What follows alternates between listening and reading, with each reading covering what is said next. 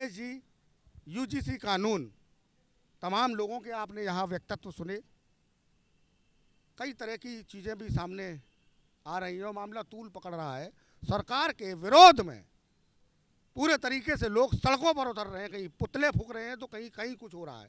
लोगों का मतलब कैमरे से अलग हटके अगर बात करें, पब्लिक में ये भी है कि कोई अगर आज देश के यशस्वी प्रधानमंत्री का फोटो भी अगर डाल रहा है तो लोग उस पर नेगेटिव कमेंट दे रहे हैं, सिर्फ यूजीसी कानून के तहत।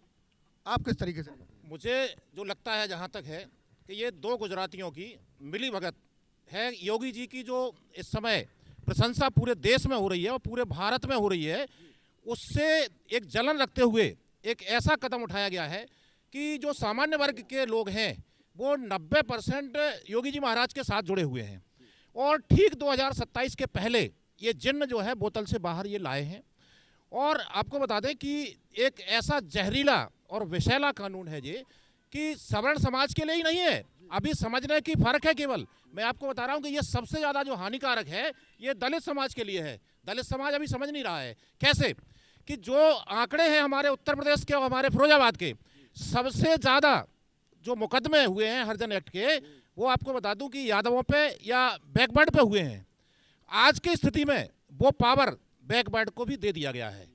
इतना ही नहीं, मुस्लिम समाज के शेख, सैयद, मुगल, पठान, इन चार को छोड़ करके सब जो है इस समय बीसी में आते हैं।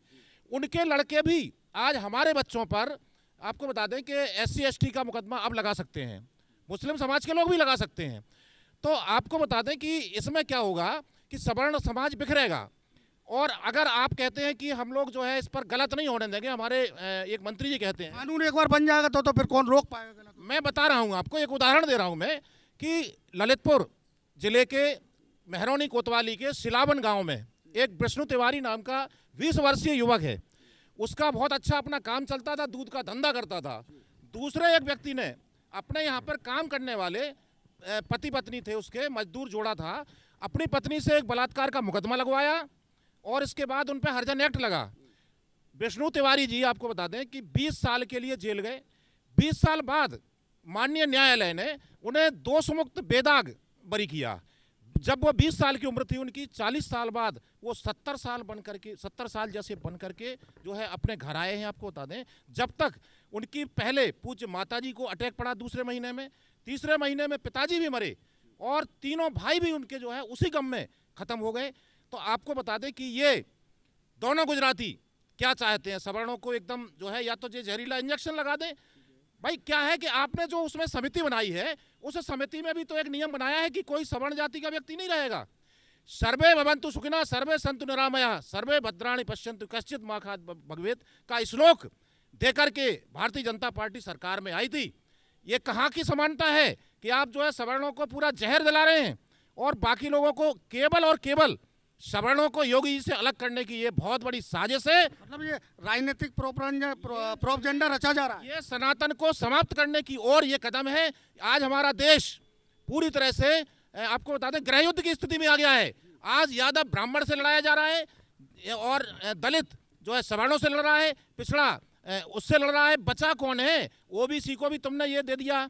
आज जो है चाहे कोई दबंग जो लोग कहलाते हैं आज के टाइम में, जिनसे लोग परेशान हैं, मतलब क्या लग रहा है परिणाम गलत ही साबित होंगे? ये फाइनल है? गलत नहीं, पूर्ण गलत होंगे। और मैं आपको बता दूं, योगी जी, मोदी जी से कह रहा हूं, मोदी जी और अमित शाह ध्यानपूर्वक सुन लें, हजारों लाखों सवर्णों की लाशों से गुजरकर ये कानून आप लागू कर पाएंगे। अन्यथा मैं चुनौती देता हूं कि आप लागू करके दिखा दो, बता रहा हूं आपको। और अगर सवर्णों की लाशें गिरेंगी तो जिंदा तुम भी नहीं रह पाओगे। तुम्हारे लिए भी देख लिया जाएगा कि देश में तुमने कितनी नौटंकी की। हमारे देश को कभी तुमने हिंदू मुस्लिम से लड़ाया, कभी अब सवर्णों से लड़ाया, और अब क्या करना चाहते हो? हमारे प्रदेश की जनता योगी जी के समर्थन में थी, है, रहेगी, लेकिन तुम्हारे काले कानून को बिल्कुल पसंद नहीं करेगी। संतोष वर्मा, चंद्रशेखर चंदू और तीसरा ओवैसी, अब पता चला है, वो सिद्ध हो गया है कि इनका दाना पानी इन्हीं दोनों गुजरातियों के यहाँ से चलता है। ये हिंदुओं को गाली देता है ओवैसी, जिसका फायदा ये लेते हैं।